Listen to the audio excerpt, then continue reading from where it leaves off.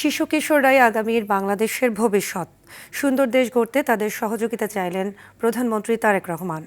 Army স্টেডিয়ামে নতুন করে স্পোর্টস 2025-26 জাতীয় পর্যায়ের সমাপনী ও পুরস্কার বিতরণী অনুষ্ঠানে প্রধানমন্ত্রী বলেন, দক্ষতা অনুযায়ী যে কোনো প্রতিভা বিকাশে শিশুরা এগিয়ে যেতে চাইলে তাদের সর্বোচ্চ সহযোগিতা করবে সরকার। নতুন করে স্পোর্টস থেকে উঠে আসা ক্ষুদে ক্রীড়াবিদরা দেশের মুখ উজ্জ্বল করে বিশ্ব মঞ্চে প্রতিনিধিত্ব করবে বলেও প্রত্যাশা সরকার প্রধানের। শামীম চৌধুরীকে সাথে নিয়ে আরও জানাচ্ছেন আব্দুর রহিম। বাম প্রান্ত দিয়ে ব্যাক পাস করলেন। খেলাধুলার মধ্য দিয়ে গড়ে উঠুক সুস্থ, আত্মবিশ্বাসী ও দেশপ্রেমিক নতুন প্রজন্ম।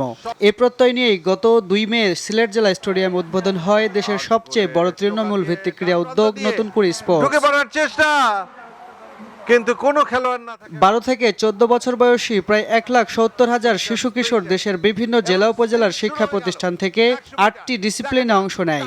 উপজেলা, জেলা ও আঞ্চলিক পর্যায়ে পেরিয়ে সেরাদের নিয়ে রাজধানীর আর্মি স্টেডিয়ামে অনুষ্ঠিত হয় 2025-26 জাতীয় পর্যায়ের সমাপনী ও পুরস্কার বিতরণী অনুষ্ঠান।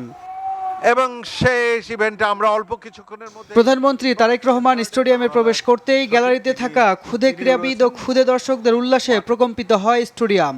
মাঠের চারপাশে ঘুরে হাত নাড়িয়ে তাদের উৎসাহ প্রদান করেন প্রধানমন্ত্রী। ও ক্রীড়া মন্ত্রণালয় নতুন করে স্পোর্টস পড়াশোনা ও খেলাধুলার পাশাপাশি পরিবেশকে পরিচ্ছন্ন ও ভারসাম্যপূর্ণ রাখতে বৃক্ষরোপণ ও জীববৈচিত্র্য রক্ষার আহ্বান জানান প্রধানমন্ত্রী তারেক রহমান। ম্যাচের রেফারির দায়িত্ব পালন করছেন। প্রধানমন্ত্রী বলেন, সবাই মিলে দেশকে গড়ে তোলা সম্ভব তখনই যখন সবাই সবার জায়গা থেকে সরকারকে সহযোগিতা করবে। তোমার বাড়ির আশেপাশে হোক, তোমার স্কুলের আশেপাশে হোক, অথবা যেখানে তুমি সুবিধা মনে করো সেইখানে একটি করে প্রতি বছর গাছ লাগাতে হবে। গাছ যদি আমরা লাগাতে পারি আমাদের পরিবেশটা সুন্দর হবে, পরিষ্কার হবে, আমরা সকলে মিলে বুক ভরে শ্বাস নিতে পারবো।